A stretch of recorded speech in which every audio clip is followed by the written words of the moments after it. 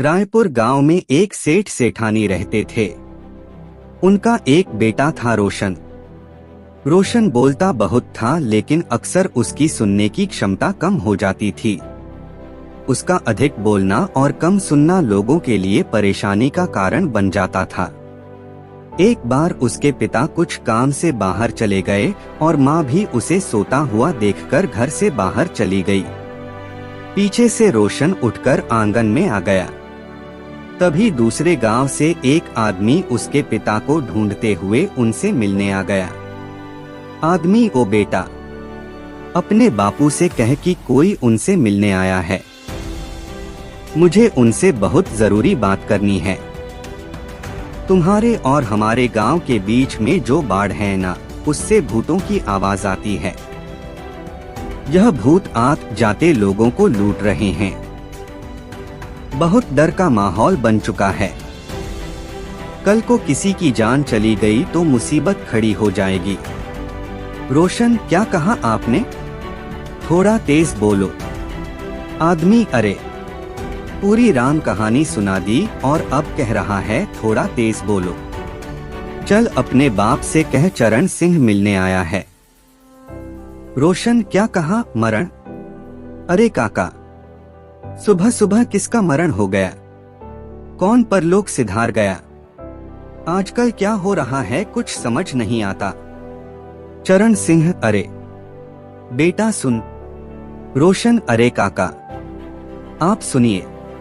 वह सामने वाली बुढ़ी काकी है ना, सब लोग उसे बढ़िया बढ़िया कहते हैं, लेकिन मैं नहीं बोलता। बहुत आदर करता हूँ बड़ों का। उसके बेटा बहू वही पास के गांव में रहते हैं। काकी खूब तंदुरुस्त थी, किसी ने ना सोचा कि वह ऐसे। चरण सिंह, ऐसे क्या? रोशन, ऐसे मतलब दोपहर का खाना खाकर काकी आराम से लेटी हुई थी तो बस लेटी ही रह गई। मरते वक्त कोई अपना पास में हो तो कौन गंगा जल डाले? चरण सिंह, ये अच्छा नहीं हुआ। राम राम राम। रोशन, काका आपको पता है गंगाजल के बिना मुक्ति नहीं मिलती। आदमी नरक झेलता है, नरक। सुना है नरक में कौड़े पड़ते हैं।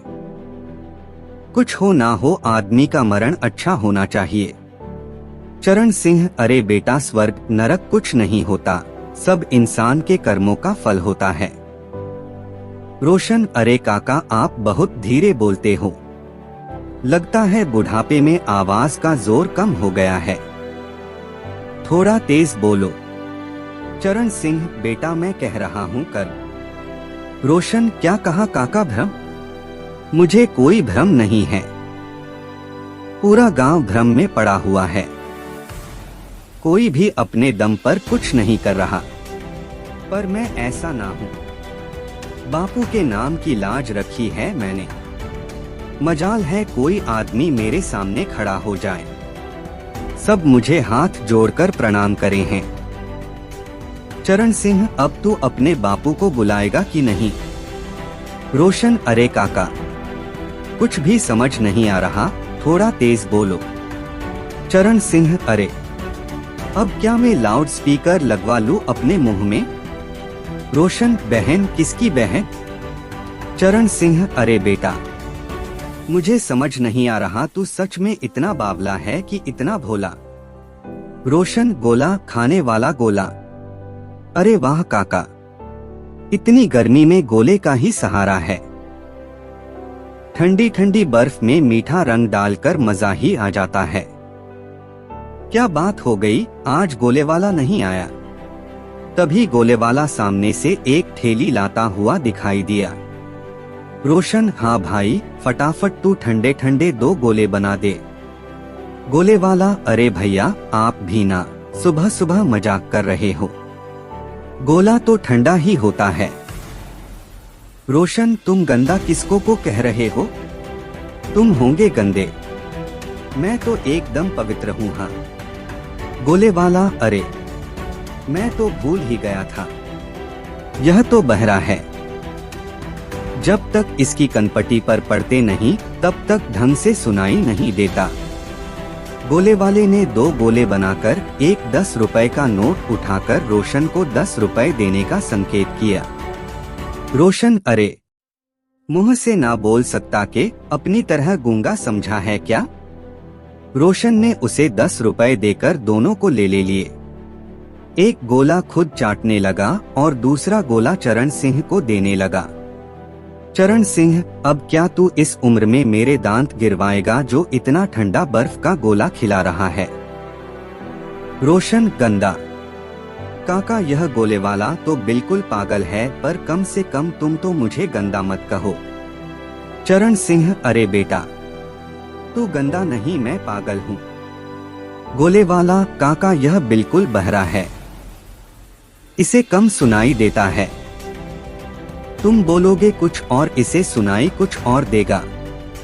चरण सिंह, अरे तो मुझे पहले क्यों नहीं बताया? इसने तो मेरे सर में दर्द कर दिया। यह कहकर चरण सिंह चल देता है। रोशन, अरे काका कहाँ चल दिए? गोला तो खाते जाओ। चरण सिंह तेजी से कदम बढ़ाते हुए वहां से भाग जाता है। तब एक सब्जी वाला वहां आता है। भैया अम्मा को बुला लो, जो सब्जी चाहिए होगी ले लेंगी। रोशन, निकम्मा। यह सुबह सुबह किसको निकम्मा बोल रहा है? सब्जी वाला, लगता है आज भैया का सुनने वाला फ्यूज फिर से उड़ गया है। हे भगवान, सुबह सुबह किसका मुंह देखा था? रोशन, अरे सांप सूंघ गया क्या? कुछ बोलता क्यों नहीं? सब्जी वाला मन में, अब क्या करूं? अगर बिना सब्जी दिए यूं ही चला गया तो अम्मा बुरा मान जाएंगी। चलो फिर से अपनी बात समझाने की कोशिश करता हूं। सब्जी वाला, निकम्मा नहीं भैया, अम्मा अम्मा अम्मा को बुला दो। रोशन, नन्ना कौन? ओ, सामने वाला नन्ना। ओहो, अब समझा, तुम नन्ना को निकम्मा कह रहे थे। सच बताऊं, मुझे तो वह फूटी आंख नहीं सुहाता। पूरा दिन वह खाट पर पड़ा रहता है, निकम्मा कहीं का। बस 2 ही काम है उसके, एक तो बैल की तरह चढ़ना और दूसरा कुंभकर्ण की तरह खर्राटे भरना। तुम किसी से कहना नहीं। उसके खर्राटों की आवाज यहाँ तक आती है। उसके खर्राटों की आवाज सुनकर मेरे कान फट जाते हैं। सब्जी वाला, तुम्हारे कान तो वैसे ही फटे हुए हैं। कोई आवाज ठीक से समझ आती भी है तुम्हें या नहीं? रोशन, देखो अभी तक उसके खर्राटे मेरे कानों में गूंज रहे हैं। मेरे बापू कहते रहे, कुछ सीख नन्हे से। तुम ही बताओ मैं क्या सीखूं उससे? खाना और सोना। ऐसे तो मैं थोड़े दिनों बाद मोटा पेट लेकर घूमूंगा। ना भाई ना, मैंने तो बापू से साफ कह दिया, इस नन्हे जैसा तो मैं 7 जन्म तक ना बनूं। सब्जी वाला बेचारा उसे देखता रहा। रोशन, अरे माफ करना भाई, मैं अपनी लेकर बैठ गया। तुम क्या कह रहे थे भाई? सब्जी वाला, भैया अम्मा है घर पर या नहीं? रोशन, देख फिर नन्ना, मैंने कहा ना उसे तू मेरे ऊपर छोड़ दे। उसने सबकी नाक में दम कर रखा है। मैं समझता हूँ तुम्हारी परेशानी। देखो तुम्हारे पास तो अभी काम है, तुम अपने काम को संभालो। नन्ना को मैं देख लूंगा। तभी नन्ना की माँ बाहर आकर पौधों को पानी देने लगी। सब्जी वाला मन में, लगता है इसकी अम्मा घर पर नहीं है। जो नुकसान होगा भोग लूंगा, पर यहाँ अब और खड़ा रहा तो पागल हो जाऊंगा। सब्जी वाले ने हाँ में सर हिलाया और दोनों हाथ जोड़कर अपनी ठेली लेकर वहां से चला गया। रोशन, अरे कहाँ जा रहा है? सब्जी तो देता जा। सब्जी वाले ने पीछे मुड़कर देखा तक नहीं। रोशन, अरे तू चिंता ना कर, इस नन्हे के बच्चे को तो मैं देख लूंगा, यहीं से पत्थर फेंक कर मारूंगा। तभी नन्हे की माँ वहां आ गई। नन्हे की माँ, क्या कह रहा था तू मेरे नन्हे के बारे में? उसे पत्थर फेंक कर मारेगा। रोशन, गन्ने। अरे काकी, हमारे खेतों में गन्ने की फसल तो कब से होती है, आपको तो पता ही है। नन्हे की माँ, अरे तेरे कानपुर में आज फिर से हड़ताल हो गई। इसका मतलब जब तक तू ठीक नहीं होगा सबके बारे में उल्टा सीधा बोलेगा। रोशन, क्या बड़बड़ा रही होगा काकी? थोड़ा तेज बोलो। और हाँ, हमारी खेती को नजर मत लगाना, बता दे रहा हूँ। हाँ नन्हे की माँ, यह तेरी अम्मा भी ना, जब भी किसी को तंग करना होता है तो तेरे कान का फ्यूज उड़ा देती है और फिर कर लो तेरा सामना। तभी रोशन की माँ सरला वहाँ आ गई। नन्हे की माँ, अरे सारला, आ गई तू? देख तेरा लाल बोल बोल कर सबको पागल कर देता है, इसे ठीक करके क्यों नहीं गई? सरला, इसे तो मैं सोते हुए छोड़ गई थी दीदी। इसके पापा तो बाहर गए हुए हैं और मैं तो बस आ ही रही थी। सरला, रोशन से तू बाहर क्यों आया रे? नन्हे की माँ, तेरे आने तक तो इसने आधी दुनिया को पागल कर दिया। हिम्मत तो देखो इसकी, सब्जी वाले से मेरे नन्हे को पत्थर मारकर कहने की बात कर रहा था। मैं ही ना इसके कान पर तो बजा दूं। सरला, ना दीदी, आपको तो इसके बारे में सब कुछ पता ही है। बच्चा है, माफ कर दो। नन्हे की माँ, बच्चा नहीं है, परमाणु बम है, बम जो सामने वाले को एक ही बार में खत्म कर देता है। मेरे सिवा पता नहीं यह बम किस किस पर गिरा है। सरला, नहीं दीदी, आपको तो इसके कानों का पता ही है। सोकर उठने के बाद जब तक कानों पर 2 जोर के झटके नहीं पड़ते तब तक इसको कम सुनाई देता है। नन्हे की माँ, कम नहीं, इसको पता नहीं क्या क्या सुनाई देता है। सरला, दीदी आप रुको। सरला रोशन के दोनों गालों पर जोर से तमाचा मारती है और वह चक्कर खाकर लड़खड़ा जाता है। रोशन, अरे माँ, तुम सुबह सुबह क्यों मार रही हो मुझे? सरला, मार नहीं रही हूँ, तेरा इलाज कर रही हूँ। रोशन, अरे यह कौन सा इलाज है जो रोज सुबह तुम मुझे थप्पड़ मारती रहती हो? नन्हे की माँ, लो आ गए इसके कान वापस। रोशन, अरे काकी, कान थोड़े ही ना चलते हैं जो वापस आ जाएंगे। नन्हे की माँ, सरला तू इसकी जुबान का भी इलाज कर दे। देख तो कैसे कैंची की तरह चलती है। सरला, इतनी जुबान क्यों चलाता है? जल्दी काकी से माफी मांग। रोशन, माफी? मैंने क्या कर दिया? सरला, तुझे तो पता भी नहीं कि तू क्या कर चुका है। रोशन, अरे काकी तुम बड़ी हो इसलिए माफी मांग रहा हूँ, मुझे माफ कर दो। नन्हे की माँ, हे प्रभु, इस लड़के से तो भगवान बचाए। यह कहकर वो वहाँ से चली जाती है। सरला, सुन, अपने बापू को जाकर देख, अभी तक क्यों नहीं आए? रोशन, ठीक है। रोशन खेतों से होते हुए जाता है। तभी एक आदमी रोशन को पीछे से आवाज देता है, रोशन कहाँ जा रहा है? रोशन उस आदमी को देखने के चक्कर में आगे पत्थर से टकरा जाता है और जमीन पर गिर जाता है। आदमी, अरे संभल कर भाई। रोशन अपने कानों को मसलते हुए खड़ा हो जाता है। आदमी, अरे रोशन, कोई चोट तो नहीं लगी? रोशन, मुर्गी? अरे यहाँ तो कोई मुर्गी नहीं है।